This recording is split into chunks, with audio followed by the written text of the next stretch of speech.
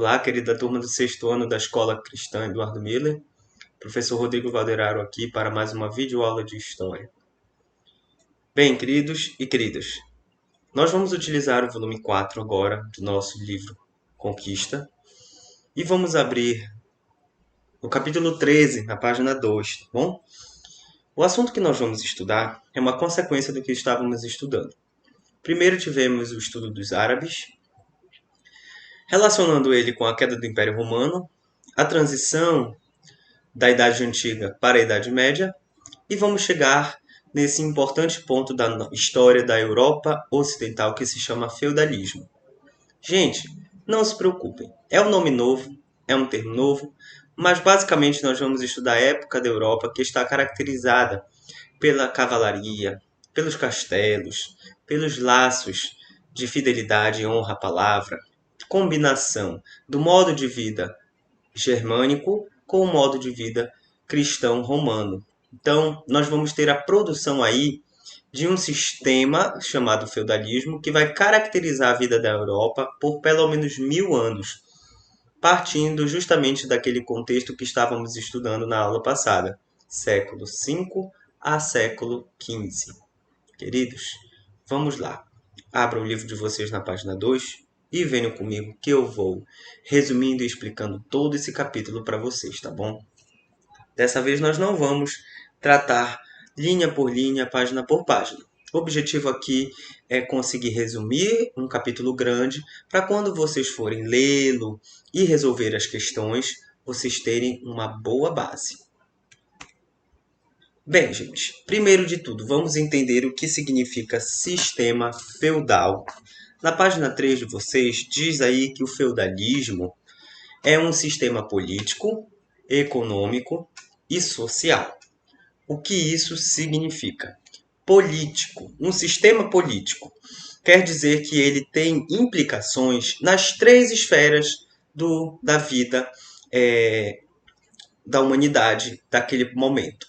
A esfera política, ou seja, as relações de poder. A esfera econômica, ou seja, as relações que envolvem troca de mercadorias, dinheiro, aquisição de valor. E as relações e a esfera social, que significa das relações interpessoais, não é? Pessoa com pessoa. Então vamos lá.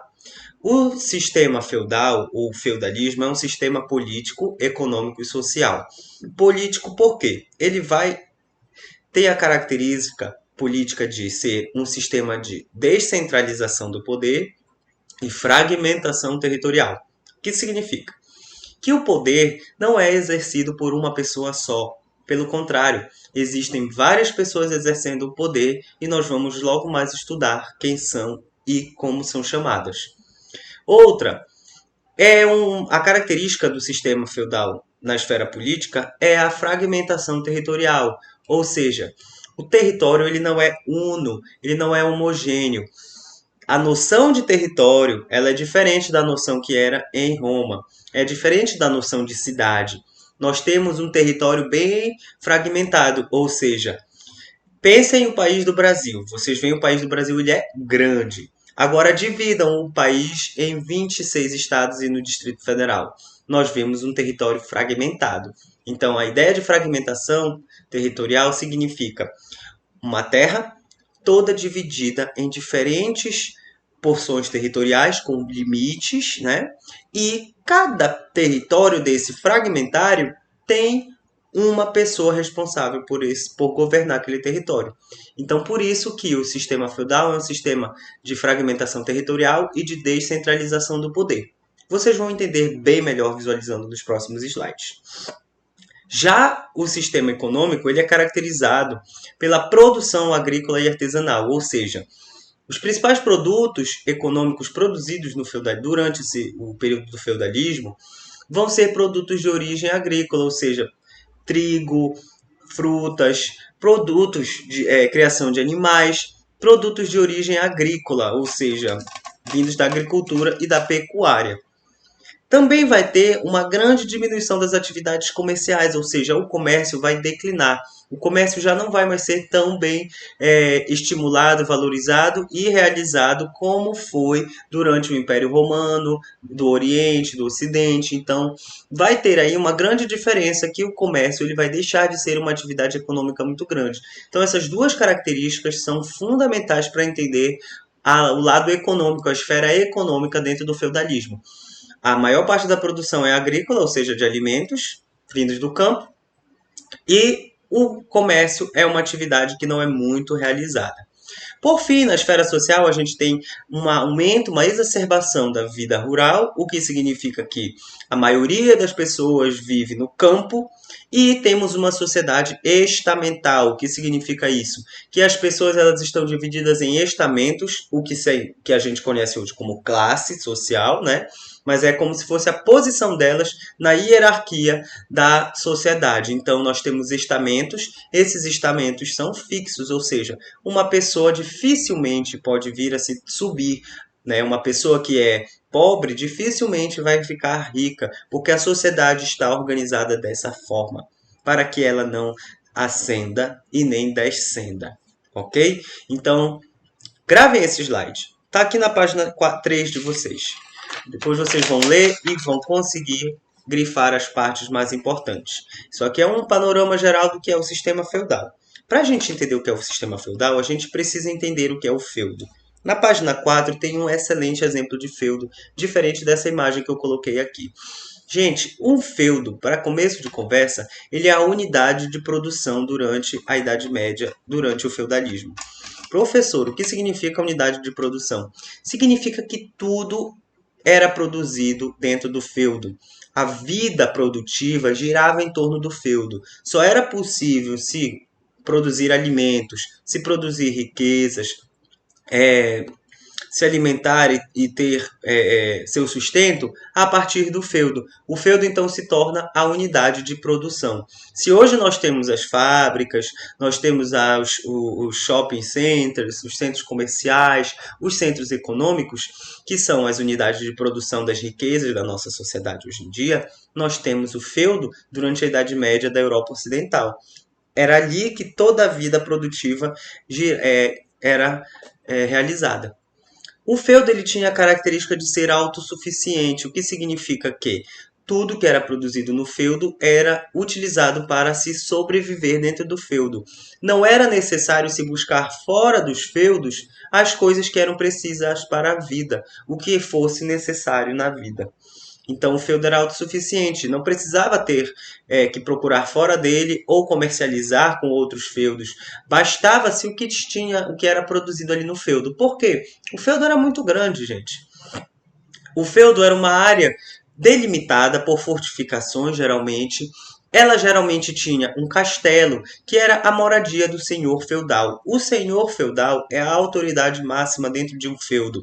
É o dono do feudo, é o dono dessa porção toda de terra, é a pessoa que vai aplicar a lei ali dentro, é a pessoa que vai cuidar do bem-estar da população, defender o feudo. Então, olhem com carinho para essa imagem da página 4. Nós temos um castelo e ali moravam os familiares do senhor feudal.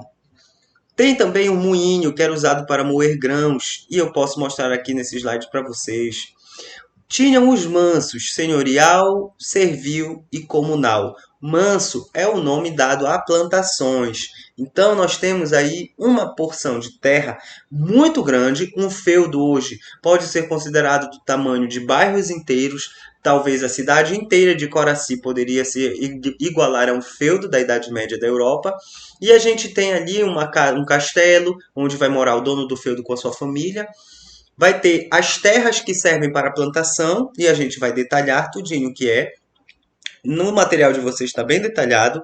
O manso comunal eram todos os terrenos da propriedade que podiam ser utilizados tanto pelo senhor feudal quanto pelos camponeses, ou seja, eram propriedades de terra que eram cultivadas, e essa produção dentro dessa terra aí, ela ia ser destinada tanto para a família do senhor feudal quanto para a família dos servos, que eram as pessoas que trabalhavam no feudo, eram os camponeses.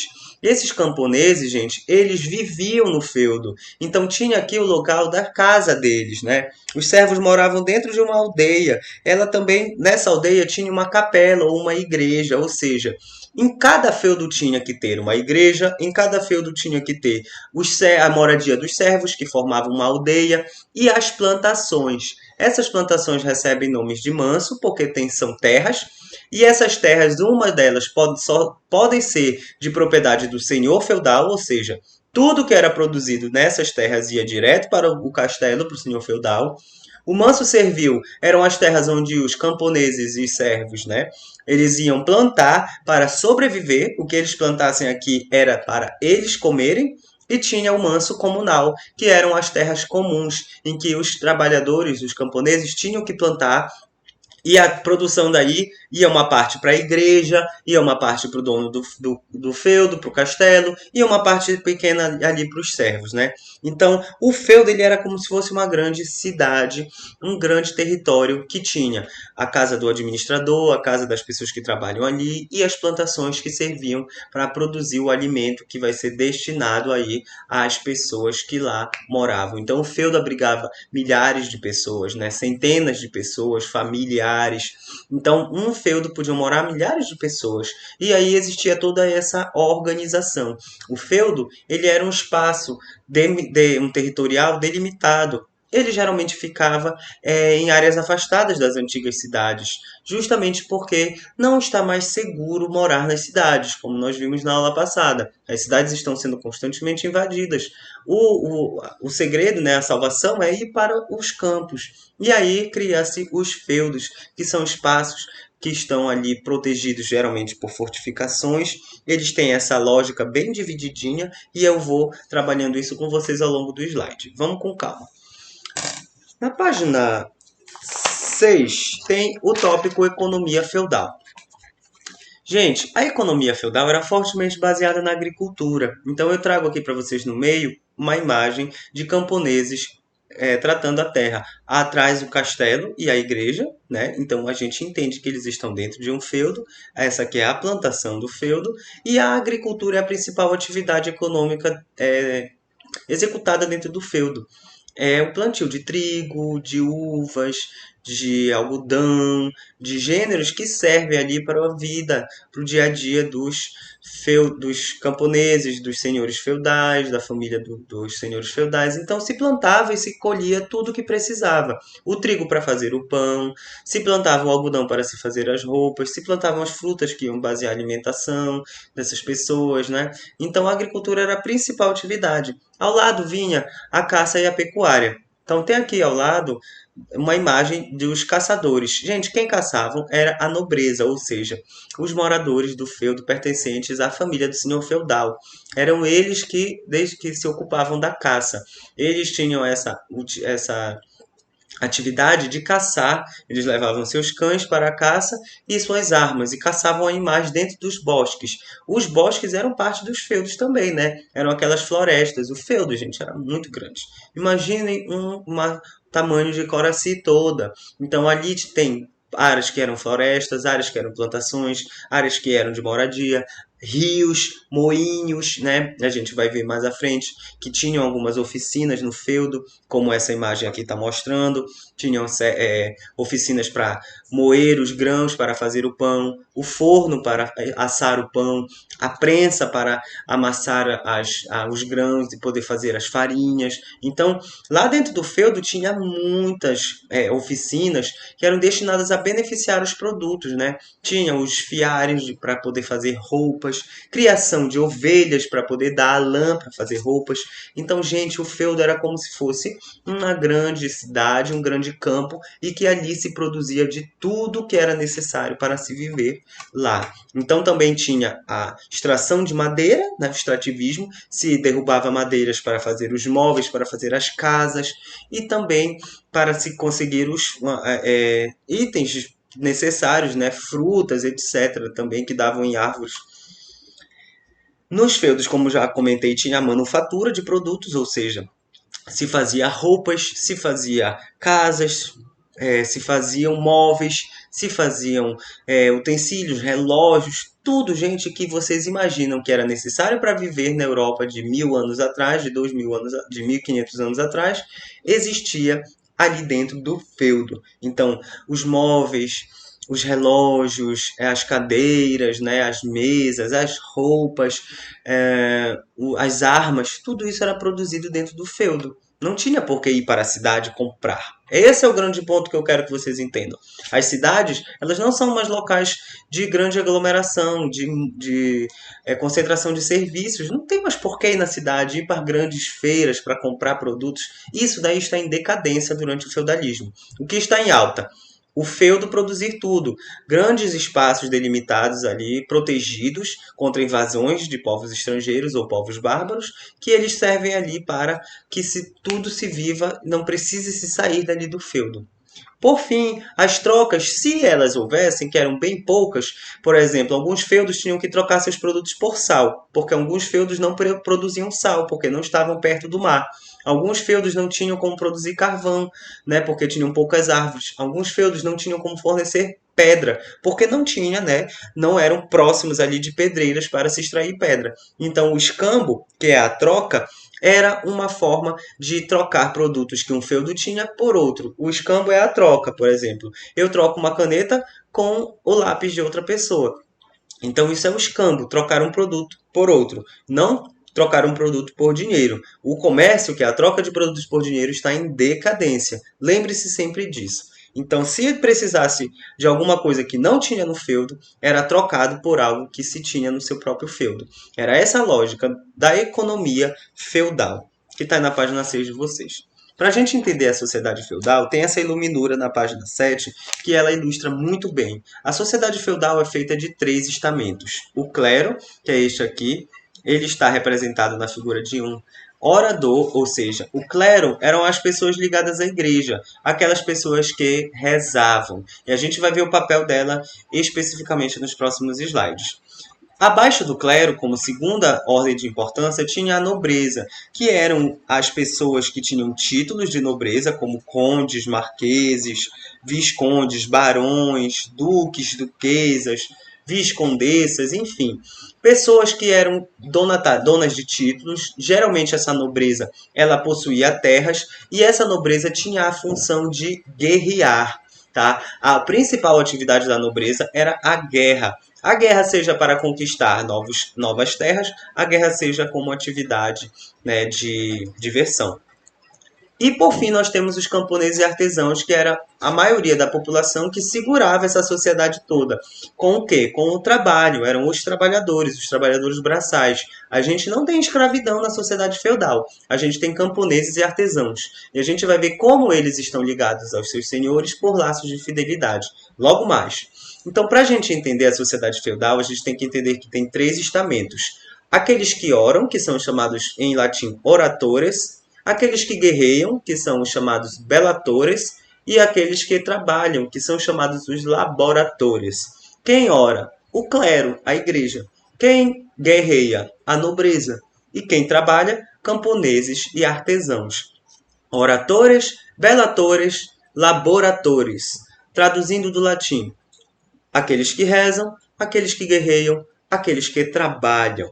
Tenham isso em mente porque é provavelmente que vai cair na prova de vocês. Vamos detalhar cada um deles, começando pelos camponeses e artesãos. Os camponeses e artesãos, como a gente está vendo nessa imagem aqui, eles são os principais trabalhadores, é a principal força de trabalho, né, na sociedade feudal. São eles que empregam seu suor e sua força física para que os alimentos sejam produzidos. E aí a gente tem diferenças entre camponeses livres e camponeses servos. Vamos lá. Então, essa categoria grande de camponeses e artesãos, ela pode ser detalhada em termos de servos, de as obrigações dos servos, que destacam eles dos vilões. Ou seja, os servos eles têm obrigações servis, por isso eles não são vilões. Vilão, aquele carinha mau? Não, é vilão que mora na vila, tá bom? Então vamos entender aqui e detalhar quem são os servos. Os servos eram os camponeses e artesãos que moravam nos feudos. Só que eles eram chamados de servos porque eles tinham um laço de união com o senhor feudal que era caracterizado pela servidão. O que significa, gente, a servidão? Significa que um camponês jurou a um senhor feudal a lealdade de ser um servo. O que significava isso? Então, um servo, ele era uma pessoa que tinha pedido para o senhor feudal para morar dentro de um feudo em troca de trabalhar nos mansos, né? Então ele tinha, vamos já bem dizer, um lugar para morar, um campo para plantar e colher e uma família, a família dele podia viver ali, certa de que o senhor feudal, com o seu exército, ele ia proteger aquela pessoa dentro do feudo. Então ela morava aqui no feudo, essa imagem que está aqui está muito bacana para ver um feudo, vocês veem que é um grande campo, a gente vê as moradias, a gente vê aqui um castelo, né? A gente vê igreja, a gente vê muita coisa dentro desse feudo, e a gente vê que os artesãos camponeses, eles tinham moradia dentro desse feudo e a garantia de que esse feudo não ia ser invadido, porque o senhor feudal dava para eles a oportunidade deles morarem em troca das obrigações servis. As obrigações servis caracterizam os servos. As obrigações servis elas são muito comuns de cair em provas tanto do sexto ano quanto provas do primeiro ano do ensino médio. Então, gente, é muito importante que a gente entenda o que são as obrigações servis. Obrigações servis, elas estão divididas em três. Nós temos a corveia, que era o trabalho que os artesãos e camponeses tinham que fazer nas terras do senhor, ou seja, o manso senhorial. Então, os camponeses eram obrigados a cultivar certos dias ali as terras do senhor. E aqueles alimentos iam, na totalidade, iam totalmente para o castelo. A banalidade era outra obrigação que os servos tinham de pagar uma taxa, porque eles tinham que utilizar o forno para cozinhar o pão, o moinho para moer os grãos e a prensa para poder fazer a farinha, para poder fazer os tecidos, enfim. Tudo que tinha no feudo era de propriedade do senhor feudal. O camponês pagava para utilizar. Quando vocês vão numa lavanderia, vocês levam a roupa de vocês para lavar e a pessoa cobra uma taxa para você usar aquela máquina de lavar. Então, assim é semelhante à lógica do camponês pagando a banalidade para o senhor feudal. Por fim, tinha a talha. A talha era uma parte da própria produção que o camponês fazia no seu manso, no manso servil, que ele tinha que pagar para o senhor feudal. Então, o senhor feudal, ele concedia ao camponês o lugar para morar, né? Ele deixava o camponês construir a casa dele dentro do feudo. Em troca, o camponês tinha que pagar uma taxa para ele toda vez que fosse utilizar o forno, o moinho e a prensa, trabalhar alguns dias da semana nas terras do Senhor e pagar uma parte do que ele produzia para a casa dele diretamente para o Senhor. Então o senhor feudal não trabalhava na terra. Ele precisava dos camponeses e dos artesãos dentro do feudo dele para que ele tivesse o alimento, para que ele tivesse sapatos, roupas, móveis. Então era interessante para o senhor feudal deixar camponeses e artesãos morarem no feudo dele. Em troca, os camponeses e artesãos iam ter que dar tanto trabalhar nas terras do senhor feudal, pagar taxas para utilizar as benfeitorias que existiam no feudo e uma parte da sua própria produção. Diferente dos servos, tinham os vilões, que eram aqueles camponeses que moravam fora dos feudos, ou seja, eles não tinham obrigação nenhuma com nenhum senhor feudal. Eles moravam fora do feudo. No entanto, eles estavam ali numa posição de menor segurança, porque se aquela terra onde eles morassem, aquela aldeia que eles moravam, fosse atacada por algum bárbaro, ninguém ia defender eles. Então, os vilões eles moravam em aldeias fora de feudos, não tinham nenhuma obrigação de laço de servidão com nenhum senhor feudal, no entanto, eles não tinham a segurança que o feudo oferecia para os servos. Então temos servos e vilões. Qual é a diferença? O servo ele está ligado ao senhor feudal, ele está ligado a um feudo. O vilão não está ligado a feudo nenhum. No entanto, ele não tem os benefícios que o senhor feudal, o feudo pode oferecer para ele. Deu para entender? Na página 7 temos os camponeses e artesãos. As obrigações civis estão aí detalhadas em um pergaminho. Eu sugiro que vocês deem uma boa lida para decorarem a corvéia, a banalidade e a talha, porque eu costumo cobrar na prova essas três palavrinhas aí e a definição de cada uma delas. Fica a dica. Vamos passar aí para a página 9.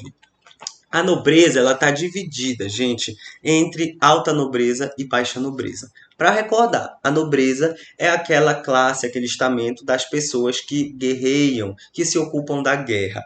Ora, gente, mas que coisa mais inútil. Não, a guerra é muito importante na sociedade feudal, porque lembrem-se, os povos bárbaros estão invadindo constantemente as terras que antes eram do Império Romano. As pessoas precisam de proteção. Quem defende as pessoas são os nobres, mas a gente vai entender antes por que eles se tornam nobres. A alta nobreza é formada por pessoas que têm títulos de maior importância, como duques, condeses e marqueses. Então vocês vão grifar aí o segundo parágrafo da página 9. Essa nobreza ela se origina lá no tempo de Carlos Magno. Gente, na aula anterior nós estudamos sobre o Império de Carlos Magno. Nós vimos que era uma extensa área de terra. Carlos Magno foi dividindo seu império à medida que foi ficando mais velho e foi morrendo. Ele morreu e deixou para os filhos, e os filhos precisavam controlar aquele império todo.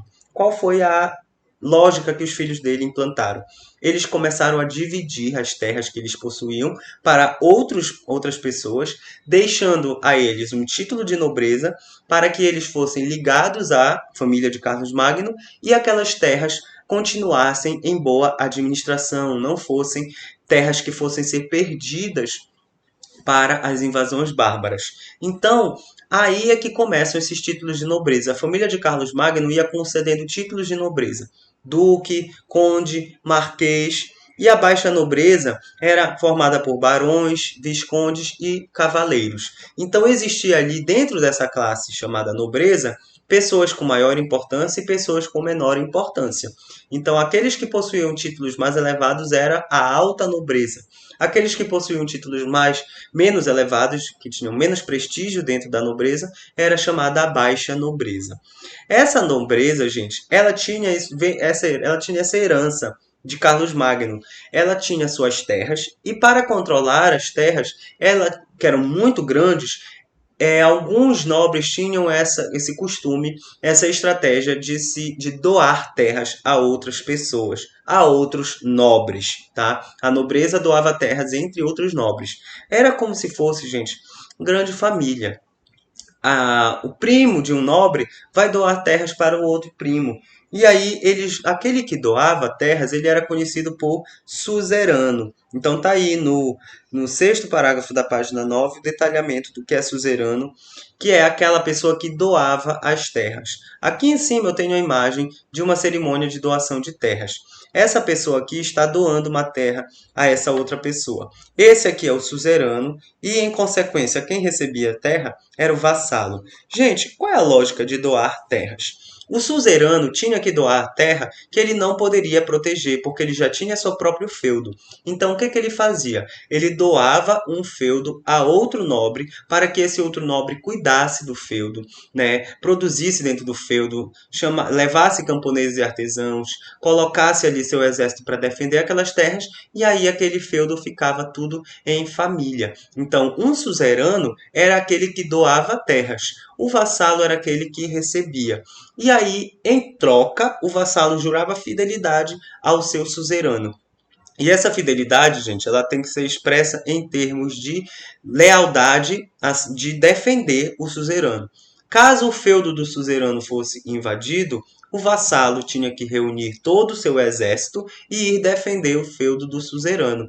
E aí era uma obrigação do seu vassalo ajudar um suzerano durante uma batalha. Então, essa nobreza, ela tinha essa característica de batalhar. Então, consumia muito tempo aprender a guerrear, a manipular espadas, consumia muito dinheiro ter que fabricar armaduras de ferro, montar cavalos. Cavalos eram caros, né? Eram difíceis de conseguir. Então a nobreza ela se ocupava de todas as atividades ligadas à guerra. A guerra era a principal atividade econômica desenvolvida pela nobreza.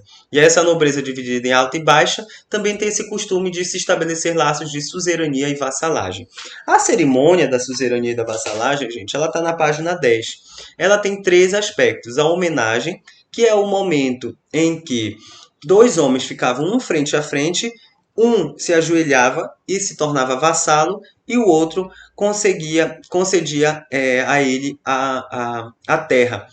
A homenagem é um momento em que essas pessoas ficam, esses dois nobres ficam frente a frente. Um se ajoelha jurando fidelidade e o outro também se jura fidelidade. Qual é a fidelidade do suzerano? Ele vai doar uma terra. Qual é a fidelidade do vassalo? Ele vai proteger o suzerano em uma batalha e proteger o feudo que recebeu. Depois da homenagem vinha a fidelidade. A fidelidade era quando o vassalo ajoelhava-se, juntava as mãos e colocava entre as mãos do protetor, gesto que significava submissão. Aí na página 10 tem uma boa foto, uma boa iluminura, uma pintura que demonstra o momento da fidelidade. Por fim, tinha a investidura, em que o suzerano entregava um ramo de planta ou um saquinho com um punhado de terra ao vassalo. E era esse símbolo que determinava que o vassalo estava recebendo um feudo. Então, em troca de fidelidade e homenagem, o vassalo recebia o seu feudo, que era a investidura. Então, ali se constituía um suzerano e um vassalo. Professor, um suzerano, que é o doador de terras, ele pode ter mais de um vassalo? Sim, desde que ele tenha mais de uma terra para doar. Professor, o suzerano, ele pode ser vassalo de outro suzerano? Sim, porque se ele tem terras, provavelmente ele recebeu essas terras de outra pessoa. Então ele teve que ser vassalo de outro suzerano. Professor, Carlos Magno era um importante suzerano? Sim, Carlos Magno fez isso durante a sua vida. Ele foi constituindo vassalos, e esses vassalos eram aqueles nobres com quem ele podia contar. Gente, se eu isso em sala de aula é muito legal de fazer, porque eu costumo encenar com vocês os suzeranos e os vassalos, e aí dá para entender isso muito profundamente. Se porventura e tudo der certo o ano que vem, a gente pode continuar na escola e ter nossas aulas presenciais. Eu mostro para vocês como é essa cerimônia, ou então eu coloco um videozinho na descrição aí para a gente ver como é que se faz a homenagem. Fechou? Vamos lá. Página 11. Vamos estudar sobre o clero. O clero é aquela classe social das pessoas que rezam. Então, são as pessoas ligadas à igreja. Na página 11 tem muito texto para vocês lerem. Na página 12 também. Eu quero resumir esse daqui para vocês. O clero, ele era o responsável pela orientação moral e espiritual de todas as pessoas da Idade Média. Portanto, era a classe social que mais tinha destaque. Por quê? Eles sabiam ler e escrever, eles conheciam a Bíblia e a doutrina cristã, eles tinham uma organização forte, então eles eram pessoas que eram destinadas a ensinar as pessoas sobre as coisas do mundo e as coisas de Deus. Então eles tinham uma posição de destaque muito grande na sociedade, tá? Eles tinham presença em todos os feudos, como lembrem-se, todo feudo tinha que ter uma igreja ou uma capela, o que significa que todo feudo tinha membros do clero lá dentro. Qual era a função desses membros do clero? Ensinar, orientar moralmente e espiritualmente todas as pessoas que ali moravam nesse feudo. O clero, gente, por ter tanto destaque, ele recebia doações de terras e de riquezas.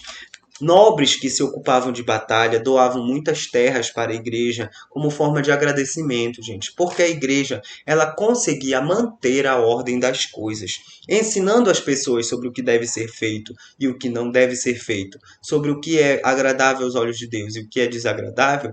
Ela está orientando as pessoas a continuarem vivendo daquela forma, a se contentarem com as relações servis, a se contentarem com as epidemias, com as mortes, com às vezes as situações de pobreza. Então o clero ele tinha um papel fundamental de manter a organização da sociedade feudal.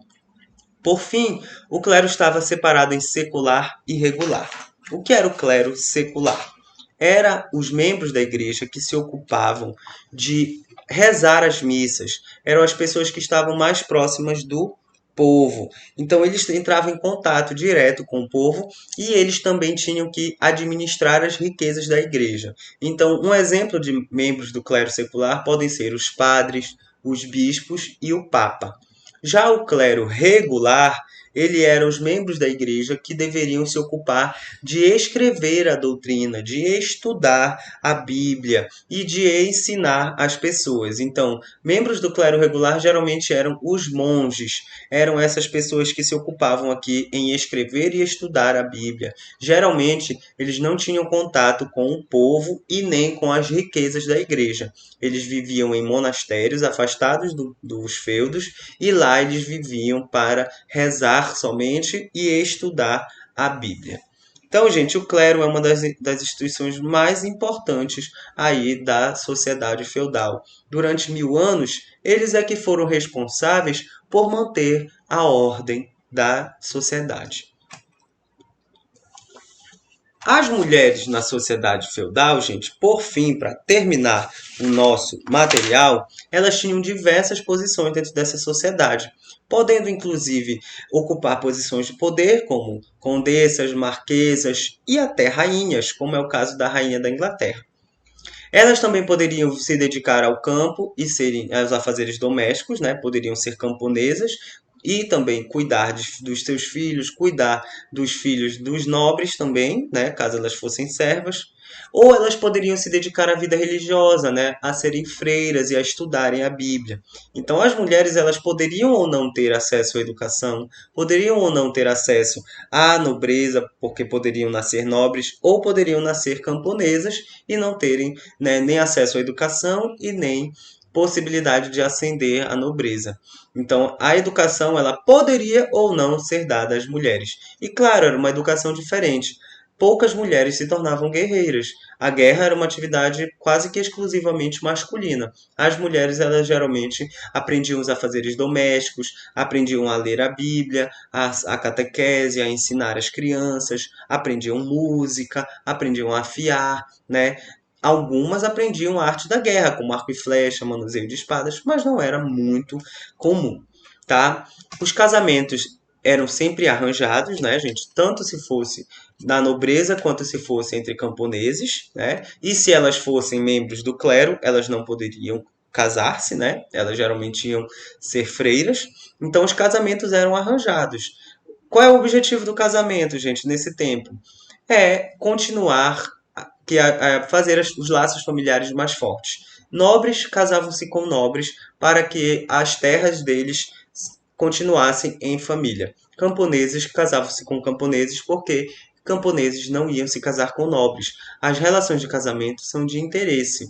Um nobre podia se apaixonar por uma camponesa? Sim, mas aí casar-se era diferente, porque o casamento não tinha essa função amorosa de unir duas pessoas que se amam. O casamento tinha a função de unir interesses. Se os nobres queriam manter seus privilégios, manter suas terras, eles casavam-se entre eles. Os camponeses, como tinham que manter a sua vida, manter seus laços de servidão, casavam-se entre eles e a família crescia. E aí, por fim, tinham aquelas mulheres que não se adequavam à ordem. Elas não ocupavam posições da nobreza, não eram camponesas servas e também não se dedicavam à vida religiosa. Geralmente eram mulheres que eram tidas como desviantes, só porque elas não se enquadravam em nenhuma dessas posições. Então a elas repousava grandes acusações de serem bruxas ou feiticeiras, principalmente aquelas mulheres que estudavam plantas que curavam, que estudavam saberes da natureza, que estavam ligadas aos mistérios da natureza. A elas era atribuído o preconceito de serem bruxas ou feiticeiras. E sempre que algo de ruim acontecia nessa sociedade, a elas recaía a culpa e elas eram muito perseguidas. Então, as mulheres que não se enquadravam em nenhuma dessas posições sociais, não, elas eram consideradas bruxas. Estou dizendo aqui que bruxas existiam? Não. Estou dizendo que as mulheres recebiam essa acusação. Quais mulheres? Aquelas que não se enquadravam nessa sociedade aí, clero, nobreza e camponeses. Queridos e queridas, a gente vai estudar mais à frente como essa sociedade vai se desenvolvendo e para a nossa avaliação, eu quero a página 14 e a página 15, gente. Que vocês resolvam página 14, página 15, me mandem lá pelo aplicativo Clipe Escola para eu ver como é que foi a compreensão de vocês desse assunto. Essa é uma aula bem importante e eu quero que vocês revisem ela quantas vezes vocês precisarem, tá bom? É assunto da nossa prova, é um assunto complexo, vai ser cobrado na sua totalidade, tudo que eu apresentei até aqui do capítulo vai ser cobrado na prova de vocês. Na próxima aula a gente vai ver um pouco da decadência dessa sociedade feudal até a completa extinção dela, né? Então, queridos e queridas, fiquem com Deus. Eu vou ficando por aqui, desejando que estejam com saúde e até a nossa próxima aula. Tchau, tchau!